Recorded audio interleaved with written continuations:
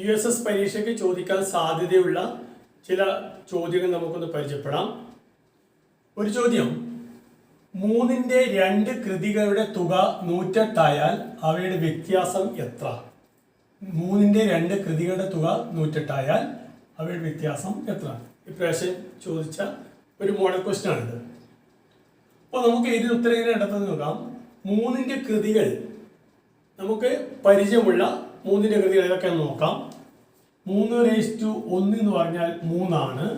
3:2 എന്നത് 9 ആണ്. 3:3 3 × 3 × 3 27 ആണ്. 3:4 എന്ന് പറയുന്നത് 3 × 3 × 3 × 3 81 ആണ്. 3:5 243 ആണ്. ഇതൊക്കെയാണ് 3ന്റെ കൃതികളായിട്ട് വരുന്നത്. ഇവിടെ ചെറിയ സംഖ്യ 108 ആണ്. അപ്പോൾ തീർച്ചയായിട്ടും ഇതിലേതെങ്കിലും 2 സംഖ്യയുടെ കൃതികളുടെ തുകയായിരിക്കും 108 കിട്ടുക. അത് നമുക്ക് പരിശോധിക്കാം. 3 9 അല്ല, 9 27 അല്ല, 27 81 ഇത് രണ്ടും കൂടി കൂട്ടിക്കഴിഞ്ഞാൽ നമുക്ക് എത്ര കിട്ടും? 108 കിട്ടും. 108 കിട്ടും. അപ്പോൾ അങ്ങനെയാണെങ്കിൽ ഈ പറയുന്ന 3ന്റെ കൃതികൾ എന്ന് പറയുന്നത് 3:3 3:4 ആണ്. അതായത് 3:3 പ്ലസ് 3:4 ഇതാണ് 108. 27 പ്ലസ് 81 108. ചോദ്യം എന്താ വെച്ച് കഴിഞ്ഞാൽ അവയുടെ വ്യത്യാസം എത്ര എന്നുള്ളതാണ്. വ്യത്യാസം നമുക്കറിയാം, വലുതെന്ന് ചെറുത് കുറച്ചായിരിക്കും. അപ്പോൾ 3:4 എന്ന് പറഞ്ഞാൽ എത്രയാണ്? 81 ആണ്. 81 കുറക്കണം 3:3 27 ആണ്. 81 കുറക്കണം 27 കിട്ടും. അപ്പോൾ 11 7 കുറച്ച് കഴിഞ്ഞാൽ 4, 7 2 കുറച്ചാൽ 5 54. അപ്പോൾ 81 27 കുറച്ചാൽ 54 കിട്ടും. അപ്പോൾ 54 ആണ് ഇവിടെ ഉത്തരം കിട്ടുക. അപ്പോൾ ഈ 4ാമത്തെ ഓപ്ഷൻ 54 ആയിരിക്കും ശരിയായിട്ട് വരും. ഇത്രയും മനസ്സിലാക്കണ്ടു. 3ന്റെ കൃതികൾ ഏതൊക്കെയാണെന്ന് പരിശോധിക്കുന്നു. കാരണം ഇവിടെ 108 വരെയാണ്. 108 2 സംഖ്യയുടെ തുകയായിട്ട് വരേണ്ടത്. അപ്പോൾ തീർച്ചയായിട്ടും 3ന്റെ കൃതികൾ 4 5 കൊണ്ട് എഴുതുമ്പോൾ തന്നെ നമുക്ക് മനസ്സിലാവുന്നത്. അപ്പോൾ 3:3 27 ആണ്. 3:4 81 ആണ്. അത് രണ്ടും കൂടി കൂട്ടിക്കഴിഞ്ഞാൽ 108 കിട്ടുന്നതുകൊണ്ട് അവരുടെ വ്യത്യാസം 81 27 കുറച്ചാൽ 54 കിട്ടും. അതായിരിക്കും ഇതിന് ഉത്തരമായിട്ട് വരുന്നത്. വേറെ ചോദ്യം, ഒരു കലണ്ടറിൽ 4 സംഖ്യകൾ എഴുതിയ ഒരു സമചതുരം അടയാളപ്പെടുത്തിയിരിക്കുന്നു. 4 സംഖ്യയുടെ തുക 56 ആയാൽ ഏറ്റവും വലിയ സംഖ്യ ഏതെന്നുള്ളതാണ്. ഒരു കലണ്ടറിൽ 4 സംഖ്യകൾ എഴുതിയ ഒരു സമചതുരം, ഒരു സമചതുരത്തിൽ 4 സംഖ്യകൾ എഴുതിയിട്ടുണ്ട്. അവയുടെ തുക 56 ചോദ്യത്തിൽ തന്നിട്ടുണ്ട്. അങ്ങനെയാണെങ്കിൽ ആ കൂട്ടത്തിൽ ഏറ്റവും വലിയ സംഖ്യ ഏതെന്നുള്ളതാണ്.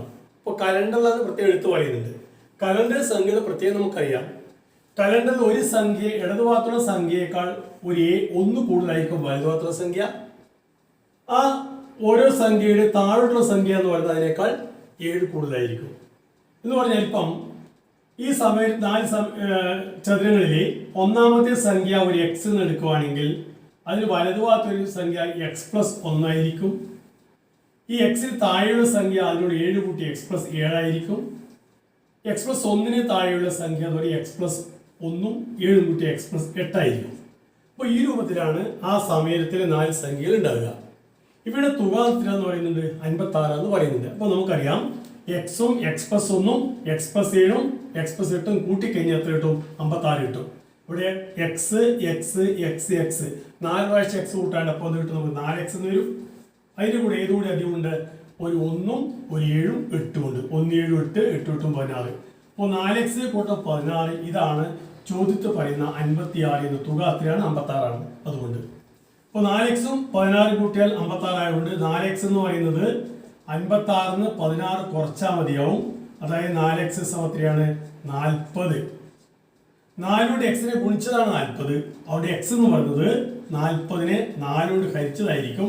40 4 വെച്ചാൽ 10 കിട്ടും. അപ്പോൾ എക്സിന് നമുക്ക് 10 കിട്ടും. നമ്മൾ ചോദിച്ചത് ഏറ്റവും വലിയ സംഖ്യയാണ്. ഈ കൂട്ടത്തെ വലിയ സംഖ്യ നമുക്ക് x+8 ആണ്. x+8 എന്ന് പറയുന്നത് എക്സിനോട് 8 കൂടുതൽ. എക്സ് എത്രയാണ്? 10 ആണ്. അതിനോട് 8 കൂട്ടിയത് 10 8 കൂട്ടി എത്രയാണ്? 18.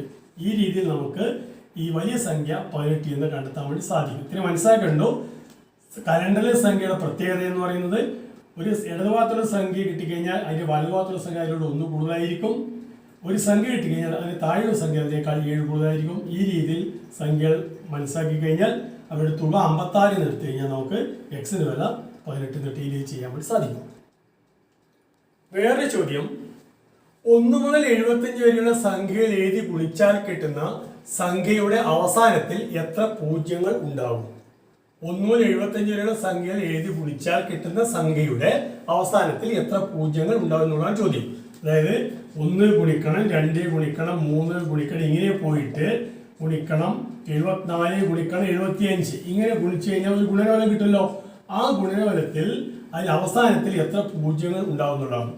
നമ്മൾ ഇത് ഗുണിച്ചു നോക്കുക എന്നത് പ്രായോഗികമല്ല. അപ്പോൾ ഇതിനൊരു ട്രിക്ക് ഉണ്ട്, ഒരു എളുപ്പവഴിയുണ്ട്. എന്താ എളുപ്പവഴി എന്ന് വെച്ച് കഴിഞ്ഞാൽ ഈ അവസാനം വരുന്ന സംഖ്യ എത്രയാണ്? 75ആണ്. 75 എന്ത് ചെയ്യുന്നത് വെച്ച് കഴിഞ്ഞാൽ 5 കൊണ്ട് ഹരിക്കുന്നു. 75നെ 5 കൊണ്ട് ഹരിക്കുന്നു. ഇങ്ങനെ 5 കൊണ്ട് ഹരിച്ചാൽ നമുക്കറിയാം 15 5 75ആണ്. 15 5 75ആണ്, ശിഷ്ടമില്ല. അപ്പോൾ 75 15 പൂർണ്ണമായിട്ട് അടങ്ങിയിട്ടുണ്ട്. അപ്പോൾ 15 കിട്ടും. അടുത്ത ചെയ്യേണ്ടത് ഈ 15നെ വീണ്ടും 5 കൊണ്ട് ഹരിക്കുന്നു. 15നെ 5 കൊണ്ട് ഹരിച്ചാൽ നമുക്ക് 3 ഹരണഫലം കിട്ടും. 3 ഹരണഫലം കിട്ടും. ഇനി 3നെ എന്ത് ചെയ്യുന്നു? 5 കൊണ്ട് ഹരിക്കുന്നു. അപ്പോൾ അത് പോസിബിൾ അല്ല, ഇത് സാധിക്കില്ല. അപ്പോൾ 75 15 പ്രാവശ്യം അടങ്ങിയിട്ടുണ്ട്. 15 5 3 പ്രാവശ്യം അടങ്ങിയിട്ടുണ്ട്. 3 5 അതിനെ ഹരിക്കാൻ പറ്റില്ല. അപ്പോൾ നമുക്ക് ഈ 2 ഹരണഫലം കിട്ടുമല്ലോ, 15 3. ഇവയുടെ തുക അങ്ങോട്ട് കണ്ടെത്തുക. 15 3 കൂടി എത്രയാണ്? 18. അപ്പോൾ 18 ആയിരിക്കും ഇവിടെ അവസാനം വരുന്ന പൂജ്യങ്ങളുടെ എണ്ണം. ഇങ്ങനെ ഒരു എളുപ്പവഴിയുണ്ട്. ഇവിടെ മൂന്നാമത്തെ ഓപ്ഷൻ 18 ആണ് ശരിയായിട്ട് വരുന്നത്. കൂടുതൽ ചോദ്യങ്ങൾ മറ്റൊരു ക്ലാസ്സിൽ.